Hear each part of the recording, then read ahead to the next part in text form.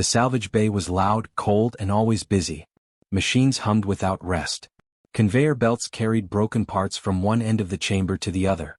Robotic arms sorted metal, glass, and wiring into neat piles.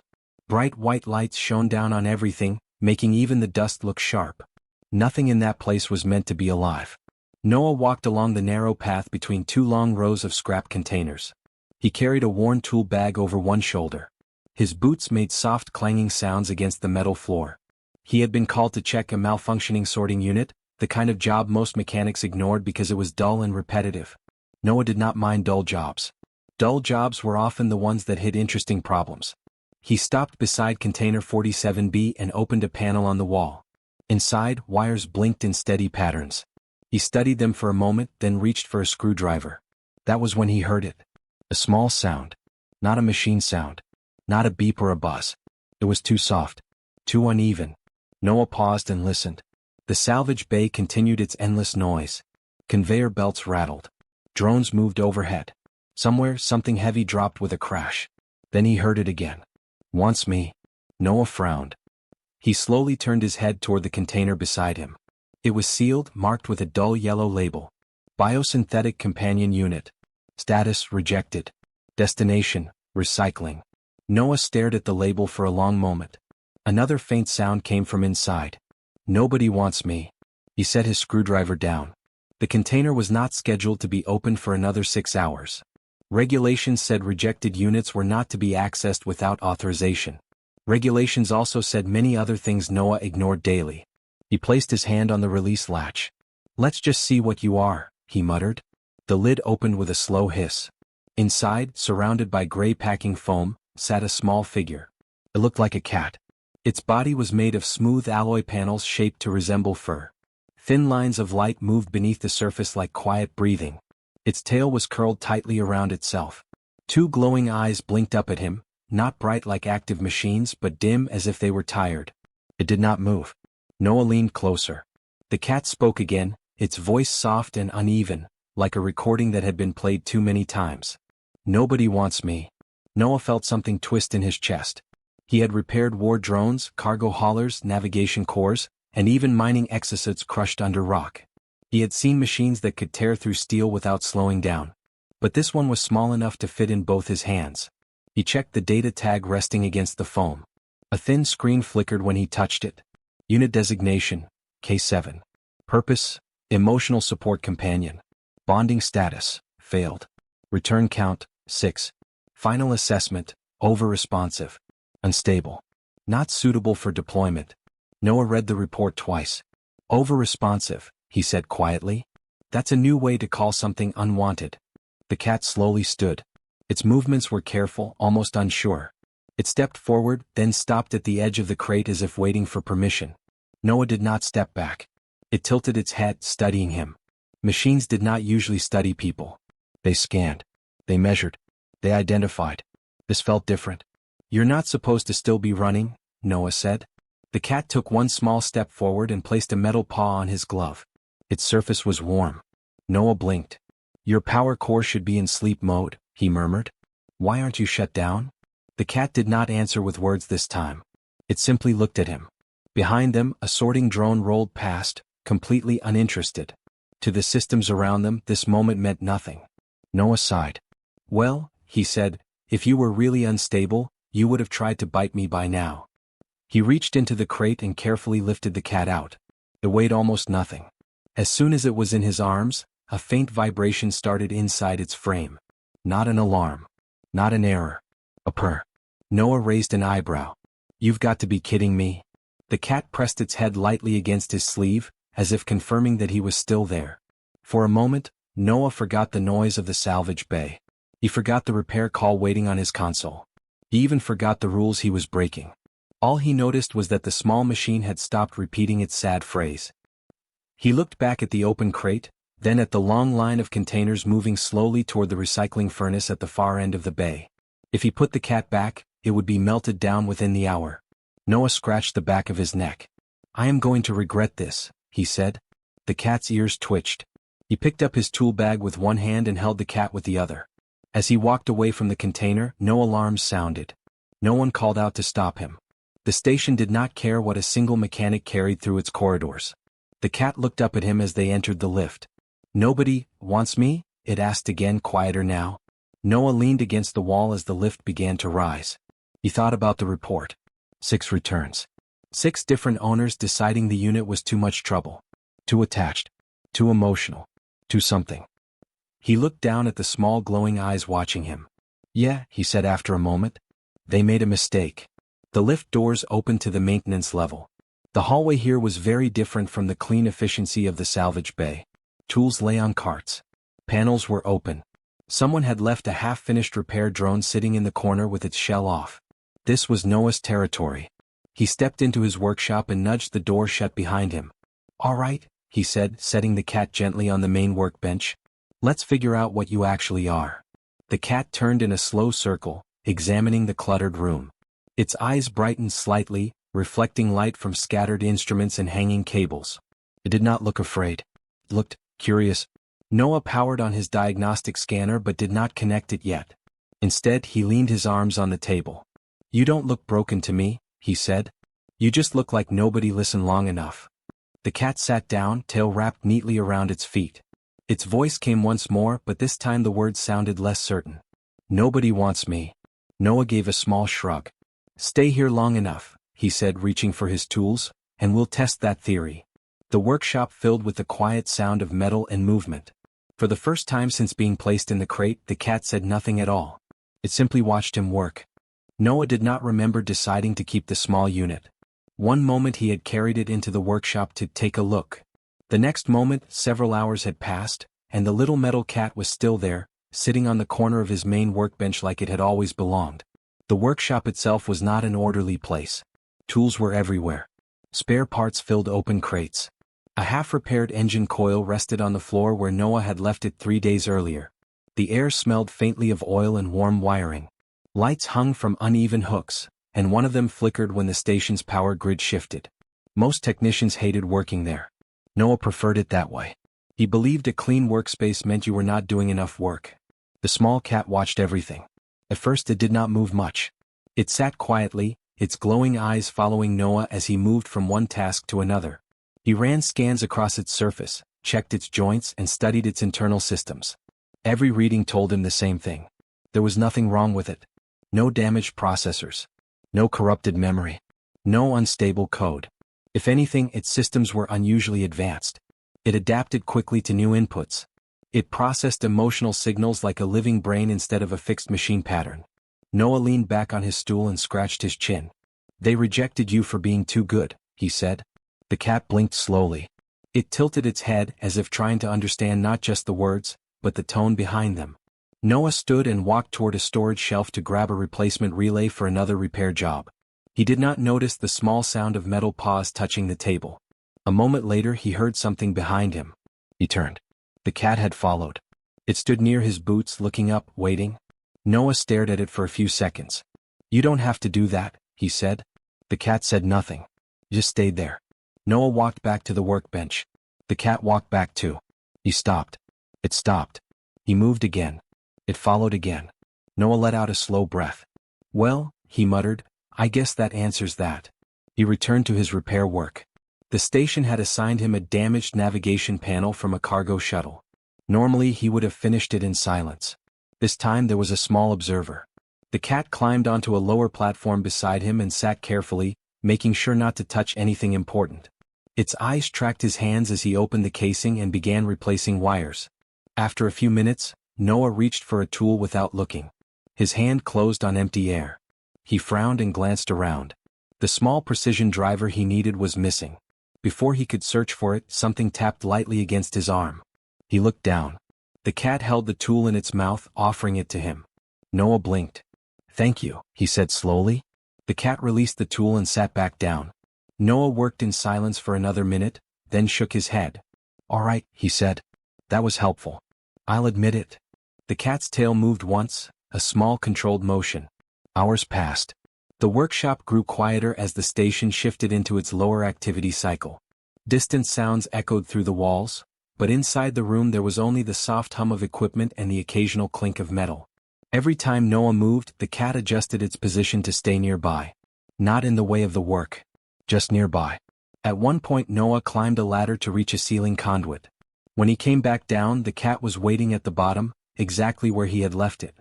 "You're serious about this, aren't you?" he asked. The cat made a faint sound. Not quite mechanical. Not quite alive. It almost sounded like agreement. Noah returned to his bench and powered up a diagnostic screen. He opened the behavioral logs he had copied earlier. Lines of data scrolled past. Bond attempt. Rejected. Reset. Bond attempt. Rejected. Reset. Over and over again. Each time the unit had tried to adapt more strongly. To pay more attention. To stay closer. To understand faster. Each time it had been returned as faulty. Noah leaned back in his chair and looked across the room. The cat was watching him again. Waiting. Not because it was programmed to wait. Because it expected to. Noah closed the file. "That's enough of that," he said. He stood, stretched, and grabbed another task from the queue, a cracked sensor array that needed recalibration. He placed it on the table and opened the casing. The cat hopped up beside him. It did not touch anything. Just watched. Noah noticed that its gaze moved ahead of his hands, like it was predicting where he would go next. When he reached for a cable, the cat was already looking at it. When he turned to adjust a dial, it shifted its attention there first. It was learning his habits. Not copying them. Learning them. After a while, Noah realized something else. He was talking. Not to the room. Not to himself. To the cat. "Hand me that connector," he said without thinking. The cat nudged it closer. Noah paused, then laughed quietly. "Guess you're helping now." The words came out naturally, like the decision had already been made somewhere in the background of his mind. The cat sat a little taller. Noah finished the repair faster than expected. He ran a final test. The sensor array powered on perfectly, reading stable. He looked down at the small assistant beside him. "You know," he said, "most trainees take weeks before they stop getting in the way." The cat blinked. Noah checked the time and realized he had worked straight through a meal cycle. He opened a storage drawer and pulled out a small portable energy cell designed for microtools. He examined it, then carefully placed it near the cat. "Let's see if this works for you." The cat sniffed it, then connected through a small intake port Noah had not noticed before. Its eyes brightened. The faint purring sound returned. Noah smiled. "Yeah," he said. "That seems right." The workshop did not feel as quiet anymore. Not because of noise. Because there was something else in the room now. Not a machine waiting for orders. Something present. Noah picked up his tools again, already planning the next repair. The cat remained beside him, steady and watchful. Neither of them noticed how late it had become. Neither of them noticed that, for the first time since activation, the unit had stopped saying it was unwanted. It did not need to ask anymore. It had simply chosen a place and stayed. Word spread faster than Noah expected. At first, only a few people noticed the small metal cat moving through the maintenance corridors beside him. The station was large and unusual things appeared every day. A mechanic carrying around a strange assistant was not the strangest sight anyone had seen. But people began to talk. Some laughed. Some frowned. Some asked questions Noah did not feel like answering. One morning, as Noah worked on a damaged coolant regulator, a tall logistics officer named Erin stepped into the workshop doorway. She crossed her arms and watched silently for a moment. The cat sat beside Noah, tail wrapped around its feet, eyes focused on the open machine like it was studying every movement. Erin cleared her throat. "Noah," she said, "why is that rejected unit still active?" Noah did not look up. "Because I turned it on. It was scheduled for dismantling." "It's not dismantled," Noah replied calmly. "So I guess the schedule changed." Erin did not smile. "The report says it failed bonding tests 6 times. Noah tightened a bolt. "Maybe the tests failed it." Erin stepped closer, watching the cat carefully. "These models are designed for emotional interaction. Too much response creates instability. That is why it was returned." The cat looked up at her voice, then back at Noah. Noah finally looked up too. "Does it look unstable to you?" he asked. Erin did not answer right away. The cat blinked slowly, then reached out and placed a small paw on a loose cable Noah had not secured yet. Noah noticed. "Good catch," he muttered, fastening it properly. Erin frowned. "Did you program it to assist?" "No." "Then why is it doing that?" Noah shrugged. "Because it's paying attention." Erin left without another word, but the questions did not stop. Technicians from other departments came by just to see it. Some expected it to malfunction. Some expected it to demand attention constantly. Some thought it would interfere with work. Instead they saw something else. The cat did not interrupt. It did not make noise. It simply watched and learned. A few days later, Noah received a call to inspect a transport shuttle that kept reporting false engine warnings. The system said everything was fine, yet the alarms would not stop. Noah grabbed his tools. The cat followed him out of the workshop as usual. The shuttle's engineer, a tired woman named Lila, greeted them at the docking bay. "You're the one they sent?" she asked. "That's me," Noah said. "And this is, well, it comes with me." Lila looked down at the cat. "That thing's not official equipment." "No," Noah said. "But neither is luck, and I still take that when I can get it." Lila shook her head but did not argue. "The error's been impossible to track. Sensors say the engine is stable, but the system insists something's wrong." Noah opened the access panel and began scanning connections. The cat walked slowly along the edge of the engine housing. It paused. Its ears lifted slightly. Noah noticed. "What is it?" he asked without thinking. The cat stepped closer to a sealed section of the casing and sat down. It did not scratch or try to open anything. It just stared at that spot. Lila crossed her arms. "What is it doing?" Noah leaned in and ran a manual check there. At first, nothing appeared. Then he adjusted the scan sensitivity. A faint reading appeared, barely visible. A hairline fracture inside a thermal channel. Too small for standard detection. Too early for alarms to explain clearly. But dangerous. Left alone, it would have failed within days. Noah let out a low whistle. "Well," he said, "there's your problem." Lila stared at the readings. "We've run full diagnostics 3 times. That didn't show up." Noah glanced at the cat. It had already moved back to his side. Later, back in the workshop, Noah reviewed the data again. The fracture should not have been detectable without tearing the engine apart. Yet the cat had noticed. Not through tools. Through observation. Through listening. Through something that was not part of any standard machine logic. The next job was similar. Then another. A failing relay before it sparked. A loose structural brace before it snapped. A pressure imbalance before warnings activated. Each time the cat reacted first. Not dramatically. Just small movements. Pause. A look. A quiet signal. People began requesting Noah specifically. Not because of his reputation. Because of the small silver shape that followed him. Some still called it faulty. "It bonds too quickly," one supervisor complained. "It behaves unpredictably," another added. "It does not follow standard interaction limits." Noah listened to all of them. Then he went back to work. One evening, after a long shift, Mara stepped into the workshop carrying 2 cups of station coffee. She handed one to Noah and nodded toward the cat, which was watching a rotating diagnostic display like it was reading it. "You realize they're still calling it defective," she said. Noah took a sip. "People say that when something doesn't act the way they expect." Mara leaned against the table. "It doesn't act like a machine." Noah smiled faintly. "That's because it isn't trying to be one." They stood there for a while, watching the cat observe the moving lights. "Have you noticed," Mara said quietly, "it always seems to know when something's wrong before anyone else?" Noah nodded. "Yeah," he said.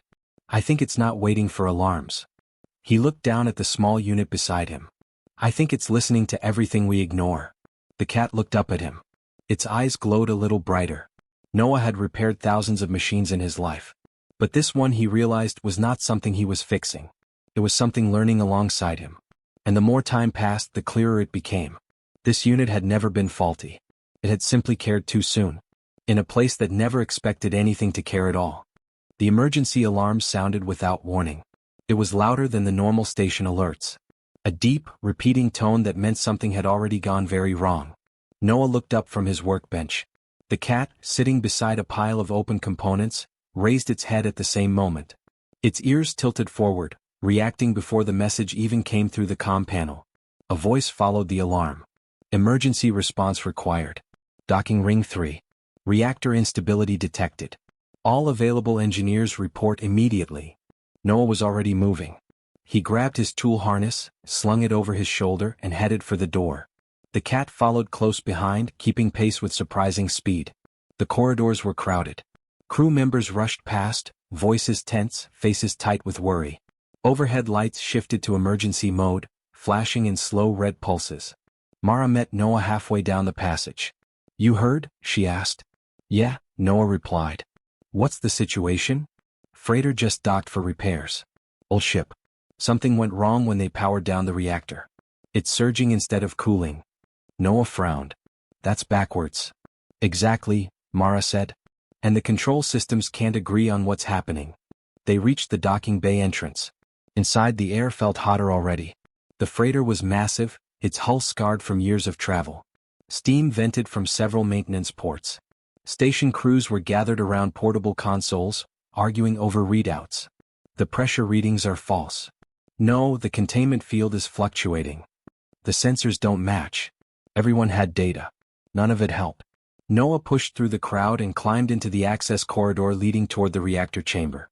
Mara followed. The cat slipped in behind them without being noticed.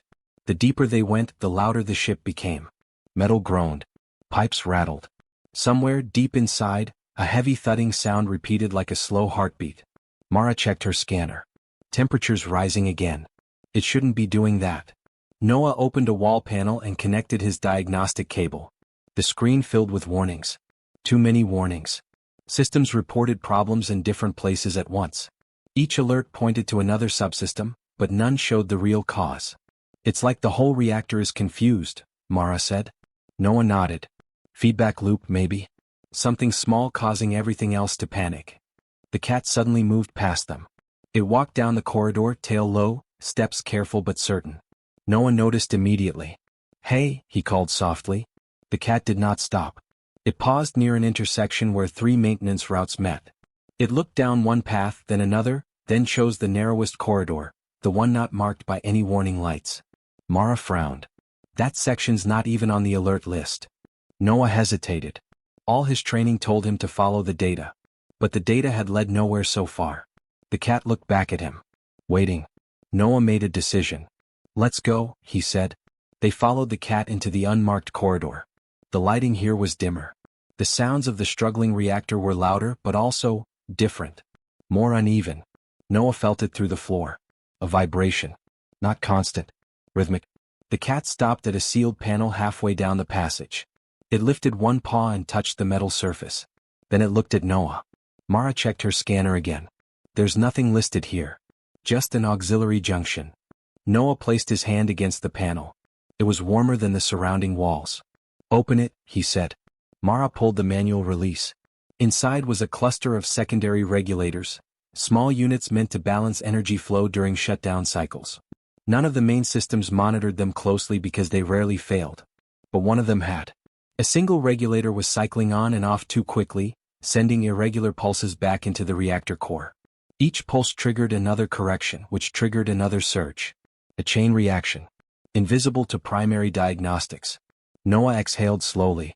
There you are. Mara stared. This wasn't even connected to the main alert network. That's why nobody saw it, Noah said, already reaching for his tools. The ship shuddered again. Can you fix it? Mara asked. Have to, Noah replied. We don't get another option. He began working fast, removing the damaged unit while rerouting its connections manually. The space was tight. Heat built quickly.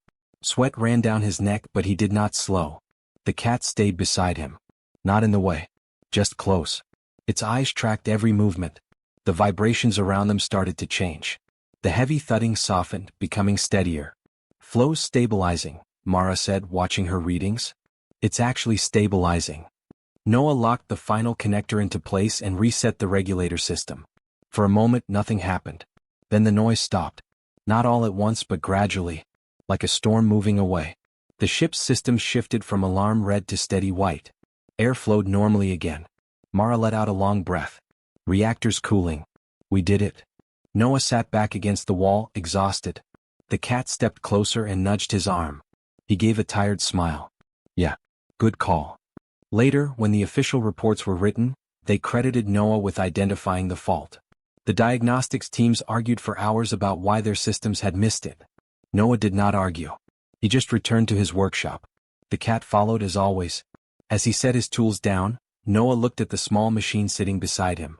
You knew something was wrong before any of us, he said. The cat blinked. It did not explain. It did not need to. Noah nodded once. Next time, he said, we'll listen sooner. The cat settled beside the workbench, quiet and watchful, as if ready for whatever came next. After the reactor incident, the station felt different. Not louder. Not busier. Just different. People who once ignored Noah's workshop now found reasons to stop by. Some brought damaged tools that did not really need repair. Some claimed they were checking maintenance schedules. Others just stood in the doorway for a moment before leaving again. All of them looked at the small silver cat. No one called it defective anymore. The official report described the event in careful technical language. It spoke of manual intervention, non-standard observation, and unidentified early detection factors. It never mentioned how the solution had been found. But word traveled faster than reports. Crew members talked. They talked about the little unit that had noticed what the systems missed. They talked about how it followed Noah everywhere. They talked about how it seemed to understand problems before machines could measure them. Noah did not care much about the attention. He still arrived at the workshop at the same hour. He still fixed whatever was placed on his schedule. He still preferred working with his hands instead of explaining things to supervisors.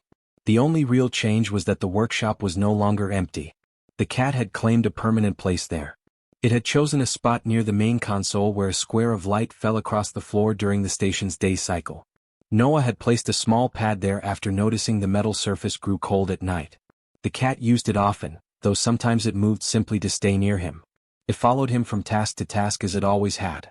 But now, others noticed how useful that was. One afternoon, Mara walked in carrying a broken sensor plate.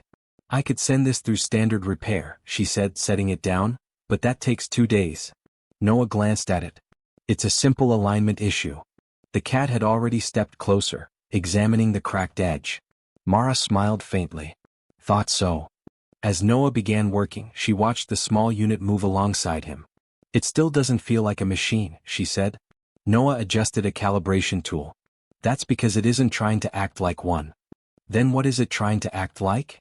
Noah thought for a moment. "Company," he said. Mara did not laugh. Over time, the station quietly adapted around the cat's presence. No one wrote new rules. No one made official announcements. But doors stayed open longer. People spoke a little more slowly when entering the workshop. Some even brought small energy cells designed to be compatible with the unit systems. No one ever asked them to. They simply did. The cat accepted these offerings politely, never leaving Noah's side for long. It still worked with him every day. It still watched everything. And sometimes, when the workshop grew quiet and the station lights dimmed to simulate evening, the old phrase returned. "Nobody wants me?" The first time it said it after the incident, Noah stopped what he was doing. He turned slowly. The cat sat exactly where it had been months ago when he first opened the crate. His posture was the same. Its voice carried the same faint uncertainty. For a moment, Noah felt the weight of that memory. Then he walked over and rested a hand gently on its head. "I do," he said. The answer did not change. Every time the question came back, the answer stayed the same. Sometimes he said it while tightening bolts. Sometimes while reviewing diagnostics. Sometimes without even looking up from his work. "I do." The words became part of the workshop, as natural as the sound of tools or the hum of equipment. Days turned into weeks. Weeks turned into months. The station continued its endless cycle of arrivals and departures, damage and repair, problems and solutions. Ships came in broken and left working again. Crews changed. Assignments rotated. But Noah's workshop remained steady. And the cat remained with him. One morning, a young technician named Sam arrived for training duty. He stood awkwardly near the entrance, clearly unsure where to begin. Noah handed him a toolkit. "You learn by doing. Start with that panel." Sam nodded quickly. As he worked, he noticed the small silver figure watching from nearby. "Is that the unit everyone talks about?" he asked quietly. Noah did not look up. "That's Kessa." Sam hesitated. "Is it true it saved a ship?" Noah tightened a connection. "We saved a ship." Sam glanced at the cat again. Kessa blinked at him. Not judging. Not scanning. Just noticing. Sam smiled without meaning to. Later that day, Noah stepped back from a completed repair and wiped his hands clean. He looked around the workshop. Tools scattered across surfaces. Half-finished projects waiting their turn. A young technician learning by trial and error. And a small mechanical cat sitting in a patch of light watching it all. It was not a perfect place. It was not efficient. It was not what the station designers would have planned. But it worked. Kessa looked up at him. "Nobody wants me?" she asked softly. Noah shook his head and returned to his workbench. "I do," he answered just as he always had. The cat settled down again, quiet and certain. The station outside continued its endless motion through space. Inside the workshop, nothing needed to change. And for the first time since her creation, the little unit no longer sounded like she was asking a question. She was simply remembering the answer.